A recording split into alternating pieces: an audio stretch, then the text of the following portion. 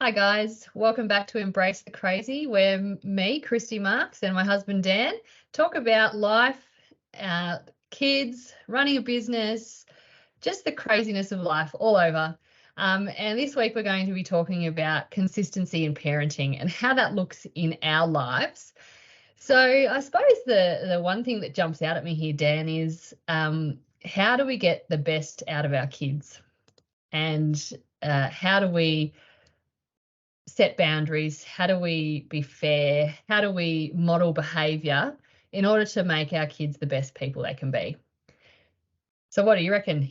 I really like how you said the words modeling good behaviors. Like it starts with you. So, we talk about expectations and how you want your children to behave and how you want them to interact with people. Well, that starts with us. And it's often hard to think like that because you're always thinking about what you see and what they're doing and where do they get that from. And it's about school and all these other influences out there. And they are influences, there's no doubt about it, but it actually starts with us. And so the first thing that we really wanted to talk about today, and what I wanted to talk about, Kristy, was modeling good behaviors. And that starts with how we interact with each other and how we engage. And we've already talked about how, we really try and align and we really try and work together. But our kids have got to see that. They've got to see when we talk with each other, when we plan with each other, when we argue with each other. I think we're not scared to show them that. We're not scared to show them when we're challenging each other. But, the first things are that we're always respectful with each other.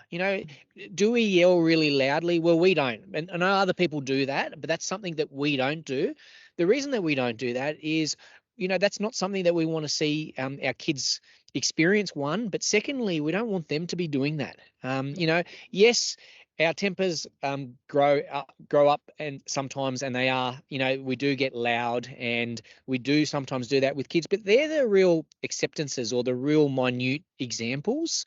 I think the first thing for us is, really that, we want to show them how we interact with each other, and we want them to be able to then see that that's the way that you engage with people. And that's where it starts. That's where they see most of the interactions, adult interactions. Yes, they see them at school, and yes, they see them around, but really they see most of them at home in the mornings and in the nights and on the weekends and when you're on holidays and things like that. So it's really about, I think that's the first part that I see as, really cornerstone to being able to make sure that they've got an understanding and very clear expectations is, seeing how we work and how we engage every day. What do you think as well, Kristy? Look, I think, Dan, one thing's jumped out at me a lot when you said adult interactions. It's also about how we interact with our children and how we interact with other children, their friends or family. I think it's really important for us to show kids how adults interact with children as well, not just how adults interact. That's really important. As you said, it's such an important thing, but it's really valued in our family to have respect for everybody. But also how we behave how we interact with our children is going to show them a lot as well. It's going to teach them a lot about respect, manners, just communicating with people of different ages. And I think that's really, really important. I love how you use the word respect. And I think a couple of examples really stand out at me of, how I like to engage with our kids is I don't like babying them. And yes, there are times where you baby your kids and they need that extra support and they're looking for that. And so you give them that. But I like to engage with them as if I'm having a conversation with anyone.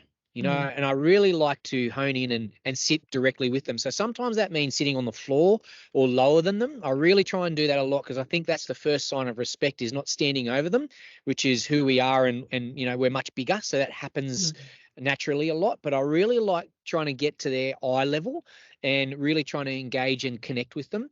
And I try and do this a lot with our nieces and nephews and really connecting them. So I'm not overpowering them, so that we're balanced, that we're even, and they can see that I'm really focused on them and really ready and engaged to interact with them. That's really lovely that you I always wondered why you liked sitting on the floor, and that explains it, Dan. Probably also like just my, standing in the family. I'm a lot lower than many others, so it's just my way Lovely. of how I engage as well. Oh, please. Did But I you have think that any? respect is really important, Christy. I Mm, think you make such a great example there, because respect is two-way, and that's yeah. where I was really talking about at the start here, is that y- you've got to respect their thoughts and their ideas, and you've really got to listen to them a lot. I think our role as a parent is not to be able to tell them all the time. It's for them to experience things. Mm, It's also for us to hear from them and what they're thinking and how they see things. They see things incredibly different to us. mm, And it's such a pleasure and such a joy of parenting to be able to see that and learn that and understand that. And so you've got to respect that. And yeah. sometimes it's wrong, but that's okay as well. I think one of the things that I wasn't good at the start was, you know, calling that out. And then, but the better you can step back and really listen and understand what they're thinking and maybe put it in their terms, the more that they're going to connect with it and understand it and then be able to apply it ongoing. Yep, definitely, definitely. Okay, the next, I think we've covered off modeling behaviors. So the next thing I want to talk about, and I'll be interested to hear your input on this one, because I know we discuss it all the time, but outbursts from people in the family and how we manage that, or how you manage that. As I've touched on previously, you have a lot of patience, and you're often a better person to manage manage an outburst at the time of it. How do you see yourself managing outbursts in our family? And probably most of them are from myself rather than the children. But you know, what do you find works the best?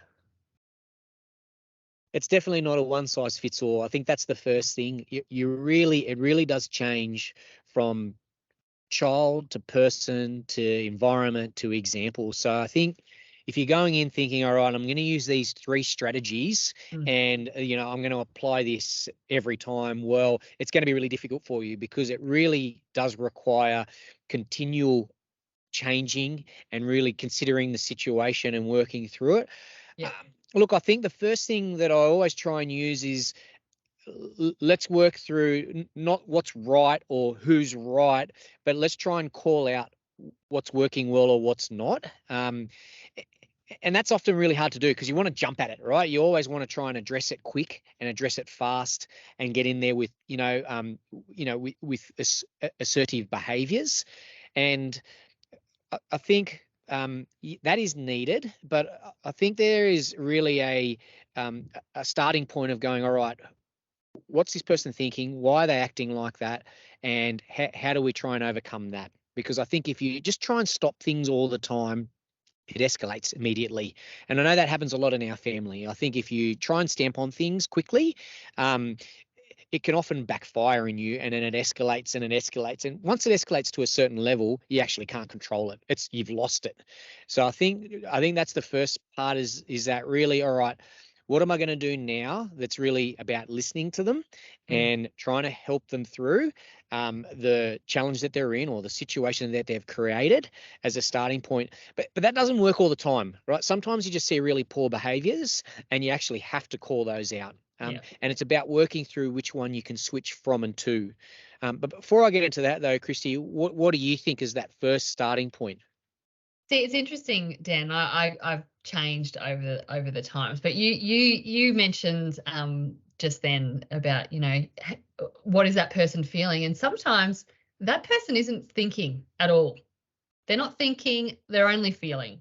And that's really, really important one. And I think that's, I've sometimes I probably don't react in the best possible way, particularly to certain members of our family.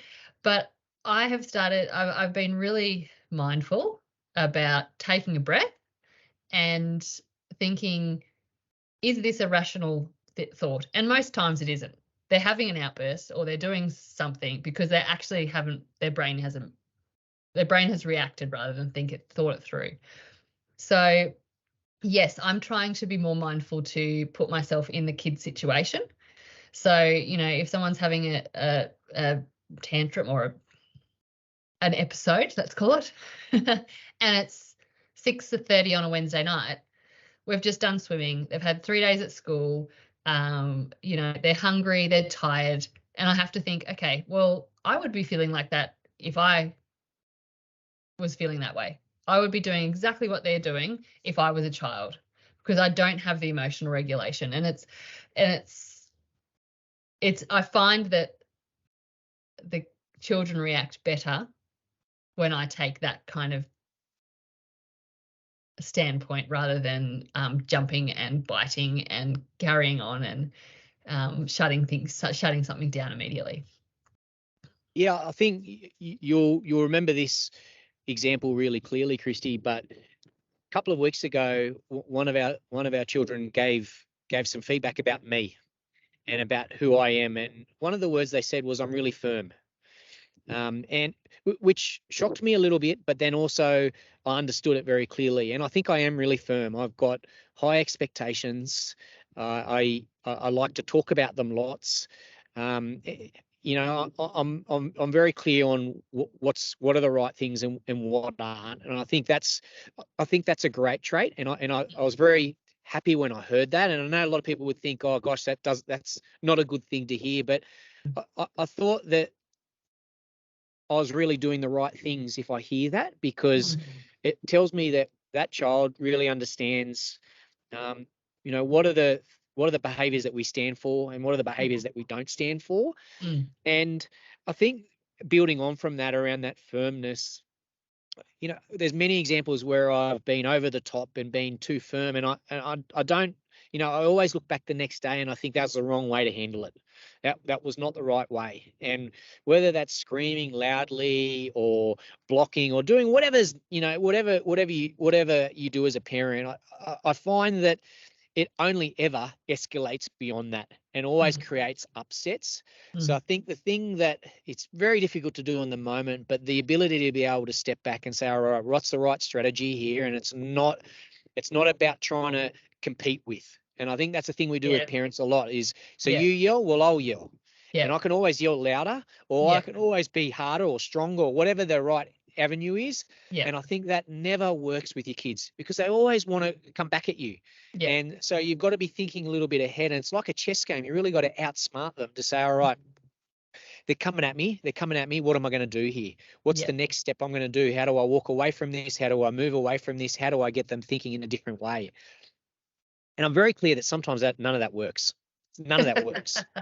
Sometimes it all goes out the window. Yeah, and you take steps that that are not when you look back now and easily talking, like we are, it seems so easy, but at the time it wasn't. And we've stuffed up so many times on this, and it's really, really hard. Yeah, definitely. But it's not one off. I think that's the really big thing with managing outbursts is they have lots of outbursts. So you've got lots of opportunities at this. And I know that sounds like so positive, but you'll get it wrong, but then you get it better the next time, and then you keep improving and you start to work them out more, so you know what works. We've got a couple of kids that have a huge amount of outbursts, a lot of anger and a lot of force. Yeah, we now know many better strategies to be able to help support that, and that's really about focusing on them. Trying to be supportive of them, over loving them. And it sounds like a ridiculous word, but, I think, one of our boys, I think the more you can cuddle him and hold him and get around him, it actually really dissipates the pain and the anger a lot. Yeah. And that's so hard to do sometimes, because it's the last thing in the world you want to do. And, I think I'm not great at that at best of times, but I now know in my head that that's something that I've got to do. Yeah. And it's not, in that instance, Dan, it's not being all around him. It's just holding his hand, giving him a little tussle of the hair, putting a hand on his back. It doesn't need to be this ridiculous affection that you want to give him. It can just be a look sometimes that they understand, okay, mum gets me or dad gets me, and he understands what's going on here, which is, I think it's important. I want to go back to something you mentioned before, Dan, about firmness. And I wouldn't call it firmness. I would call it, you've got very distinct boundaries where your kids, you want them to be. And we talked about modeling behavior, but we're also modeling the boundaries which we set for our kids. So, you can do this up until this point, but over that line, that's not okay, mate. You're not allowed to, we don't do that. That's not the behavior that we see in our family, that we want to see in our family. And I think having those firm boundaries, again, And also being on the same page. We've spoken about this before, us being on the same page, us having each other's backs, and having those firm boundaries around what we will let our kids get away with, for want of a better term, and what the boundaries are. And they're going to push them. They're going to push every single boundary we throw at them. But if we've got them firm and we're always on the same side and we've got each other's back and they can't play us off against each other, I think that really helps build the children's sense of security. So, you know, I know, and then they can often say, that was the wrong thing. I did the wrong thing. And that's what we want, right? That's what we want. We want them to be able to say, come to us and say, Mum and Dad, I really stuffed up. I did the wrong thing, but I know you guys can help me. I think one of the biggest tests, Kristy, as parents is when the outbursts occur around your family or around your friends or out in public. And I think that is the biggest test of yourself as parents. And that's where I think this theme of consistency in parenting really comes in, because you've got to be consistent. You know, you can't do special things outside, which is just going to create even more reaction. You really got to be consistent with what you do at home is what you do out and about and when you're around. So there's no difference, because if there's differences of, you know, when we're out in family, it's more understanding. And so they can do that. Well, guess what? They're going to keep doing it, and they're going to keep escalating it even more. And we've learned this the hard way ourselves so many times. But I think that's one thing that always stands out to me is one of the biggest tests of your parenting is less about in the home, but more about when you're out and about and when they're around other friends and other people, and how you can manage that. And it takes so much time, doesn't it? It's such a hard thing, and you get it wrong lots. But I think really creating that consistency in your parenting so that what you do at home occurs when you're on holidays and where you're at out and about really helps build those expectations and the boundaries that you were just talking about. And it's interesting. I just that made me think of something that really irritates me, and I know it irritates you when our children are out, or you know, if someone comes and makes a comment, or you know, they've been at a friend's house. Oh, your children are so well behaved. That irritates me no end, and I know that it does for you, because of course that's exactly what we want them to do. We want them to behave beautifully when they're with other people or when they're out and about. Oh, your children have such good manners. Oh, you know, even some random person at rugby came up to me the other day. Oh, is this your child? She has such beautiful manners, which is lovely to hear. But you just think in the back of my mind, I'm always thinking, can't they just do that at home? Can't they just be that person at home? But that's their safe space. That's where they feel secure, as I said before, you know, setting up those boundaries so they feel safe.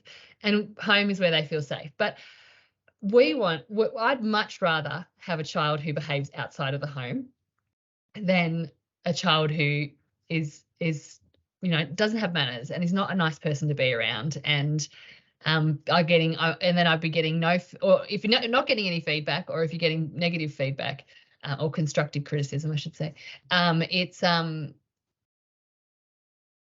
think that's probably worse than getting the good feedback and having them have outbursts at home. So that was just something that I thought I'd throw in there. I love it. I love it. I mean, I never forget that conversation with your uncle and auntie. We seem to talk about them every podcast, someone in your family, Kristy. But when they talked about that exact example, and they said, you know, that's the testament of good parenting, because you want them to be safe in their own zone, in their own home.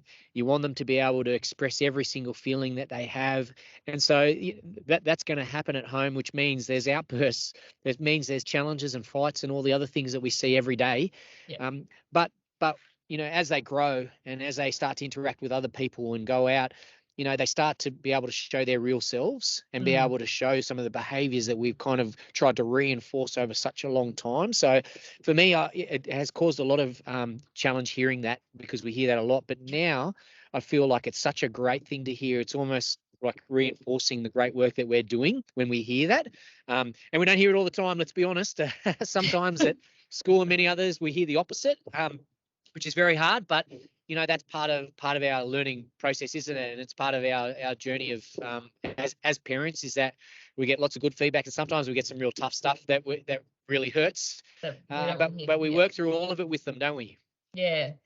And it's interesting because I always try and make it, if I see a family in the supermarket and the mum's just pulling their hair out, if kids are fighting, I'm like, I always want to say, you're doing a great job. Or if we have kids come over, I always tell their parents, I always give them feedback. They were so positive. We had some friends over the other day that come over there, live not too far away, and I got home with the groceries, and this little boy came out and said, Kristy, would you like some help bringing the groceries in? I told his mother that, and she was so overjoyed. She had a really bad day, and she was like, oh, I'm doing something right. So I always give it back as well. So, we get the good feedback, and we know how much we appreciate it. So I think it's important to see the light in other people as well, and provide that feedback to those people. So Yeah, and I yeah. think 9 times out of 10, you don't need to apologise for when your child has an outburst. I think No. everyone as a parent really understands that. So you Oh, don't need to, definitely. apologise or, try and explain it. Sometimes there are the 1s and 10s, 1 out of 10s where you do need to apologise because it's very poor behaviour, and we've had a few of that, lots of those experiences. But in general, you don't need to apologise. I think everyone can see that you're doing a good job, or that you're Yeah. trying your hardest, Yeah. and that you're making the best of the situation. Yeah. So I think that's on managing outbursts, Kristy. Let's talk lastly about fairness, because I think fairness is a really important part, particularly when you've got, more than one child. Mm. There's a continual comparison of that person gets something better than me, and they always get all your attention, all of those type of things. Let's walk through how we try and deal with fairness in our household. That's not fair is what I hear so many times. And it's it's hard, right? It's hard to be fair for all of your children because, you know, you they're not all the same age at all the same time. So of course you can't give them all the same things at all the same time. So, I often think fair is not about everybody getting the same. It's about getting what they need at the time. And that's how I think about it. I don't know about you, Dan, but I think that we're fair between our children. We treat them all the same, but they all need different things because they're all different people as well. So it's as I said before, it's not even about fairness. That's something that they bring up. That's something that they talk about a lot. That's not fair. How come that one gets this and this one gets that and I don't get anything? Well, actually, mate, you did get something a little while ago. It's just that it didn't happen today and you don't remember that. So, again, I think it's just about managing expectations. There's certain things that happen, but they happen to everybody, at some point. But the kids have very short memories sometimes as well. And I think you really got to test yourself lots here. Like, I think, if I look at our kids, and I see this in lots of families, you'll sometimes naturally connect, and it's naturally really easy with one child or, several of the children. And it's really because, they're like you, they've got behaviors like you, or they've got interests like you. And so it's easy to gravitate to them. And hence why I said you got to really continue to check yourself and think about this, because, and it's not about them testing you when they say it, but just really thinking about that and putting it at the forefront of you is, how am I making sure that I'm engaging in the right way with the child that needs it when they need it, to your point there. And I think that's something, obviously we've got a big family, 4 kids. So this is a real topic for us because it happens a lot. And so I think one of the things that I'm always really considering is, what do they need? What's going to be the most value to them? And how are we keeping everyone happy, and how are we being consistent with what we're doing? And it's really tricky. I think this is something that continues to evolve. And I wouldn't say I'm really great at it, but I think I try and work really hard at, if I've, over a weekend is a great example. I really try and make sure that I've had some direct playtime with each of our children. And sometimes that's with multiples of them, or sometimes that might be with one-on-one, but I really try and do that over a weekend to make sure that I've spent some time with each of them doing something that they've wanted to. And it's very hard to do, but I know that we really try and work hard at that, don't we, Kristy? We do. And I was just thinking in the back of my mind when you were talking about kids that you naturally lean towards. And I was thinking, oh, careful, Dan, you're going into favorite territory. And it's interesting because it makes me think about in our families, like with my brothers and your siblings, we always joke around that, oh, we know who's the favorite in our family. And even in even in our parents' families, because our each of our parents, we have one parent who is from a large family, and they still give each other hell about, oh, you've always been the favorite, uncle, whatever, or auntie, whatever. Mum and dad always loved you. So I just think that it's going to be, you have that sibling rivalry. And I see it happening in our family as well, just like it did in ours, and just like it did in our parents, and just like it does in probably every house around the world. But it's really interesting, that rivalry. They're getting something better than me. I'm going to be, who's your favorite? Who do you love more? We don't love anyone more. At sometimes we like our children a little bit less because they're behaving badly or they've done something to annoy us. And we're never going to have a favorite. And that's, I think that's what it all comes back to, that fairness. And, oh, it's not fair. You love them more than you love me. That's not what's happening.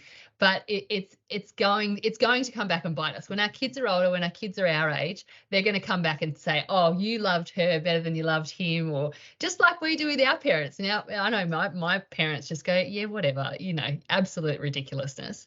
But it's nice. It's nice to have that rivalry. And I think it's, as you said, it's important to spend time with each child doing something that they are interested in so that they feel valued and like a valued part of our family. And not to let it get to you. I think they're going to use that against definitely. you. And so that's probably the biggest thing that I see is, as a reaction, don't let those things get to you. Yeah. What you're doing is the right thing for your child and your children. Yeah. And I know that's the right for our kids. And so don't let those things play off against you. Okay, so we talked a lot about consistency in parenting today. So we talked about modeling good behaviors. We talked about managing outbursts and how to really get the best out of you and provide the best to your child or your children. And we then talked about fairness. And really, there's some of the key elements that we think are really about driving consistency in parenting. Yep, definitely. So I think thanks to all your support, thanks to all the questions and input that you're getting, please provide comments on our videos. We're really interested in what you think, in what your questions are, what your feedback is. Really keen to hear from you on what you want to hear about next, but really appreciate all your support, and we're looking forward to continuing to talk with you. Yep, definitely. All right, then we'll see you soon. Have a great day all. See ya. Bye.